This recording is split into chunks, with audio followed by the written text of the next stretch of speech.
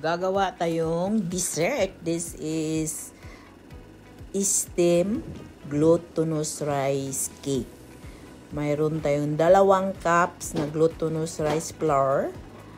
Mabibili mo yan sa Asia Boutique dito sa Norway.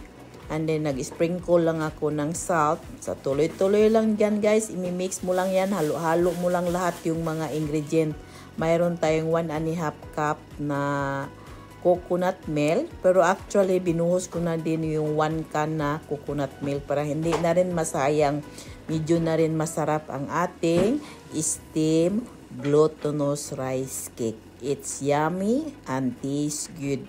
Para tang nasa Pilipinas. Parang feel natin tayo na ito yung mga dessert natin pag during the New Year's. So, nag-additional lang akong 1 cup na condensed milk. Pero, kung wala kayong available sa inyong bahay, gumamit kayo ng sugar. At depende na rin sa inyo kaano katamis. Kasi yung glutinous rice, madali siya mag-absorb sa mga matamis na mga ingredients. So, ito na guys. Tapos na guys habang ready at nag-clear na natin ang pag-mixture. So, kumuha ako ng ibang pangbatil para medyo mahalo lahat dahil parang hindi siya magbilog-bilog ang ating mixture and then make sure it's so fine. So, ito na siya. Parang hinahalo ko lang siya para igawin na nating steamed glutinous rice cake. At ang sunod natin gawin ito, yung mixture, i-divide natin into 2 so that may 2 akong glass na at i-divide natin ito kasi yung isang bowl, it's just only white and the other one is bowl, gumamit tayong OB flavor. So, tuloy-tuloy na din ang paghalo natin guys. Hanggang mahalo lang yung color sa OB flavor. Ang sarap. Tapos yung flavor na OB ang it's so fragrant. It smell good. And then we make this dessert with all my heart. So ito na yung form. Instead gumamit tayong banana leaves.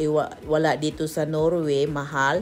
Gumamit na lang akong plastic para hindi siya didikit sa form. Pag maluto, madali siyang makuha. Isabay mo lang siya, sabay-sabay mo ilagay dun sa form para yung kalahati mayroon tayong ube and then kalahati mayroon tayong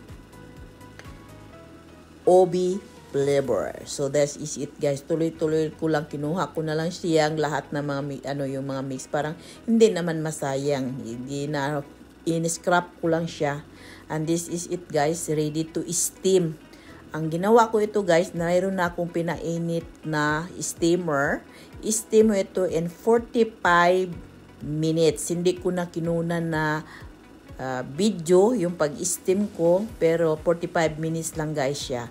And then tikman i-check mo na lang yan pag wala nang sumama, pag i-check mo sa steamer after 45 minutes, pag wala nang sumama na mixture, it means it's your steamed glutinous rice cake. It's done. Now that is ready to steam. Now that is the result. Steam already, it's done. Pinalamig ko na. And then instead of bukaya, ang ginawa ko is cheese. This is it.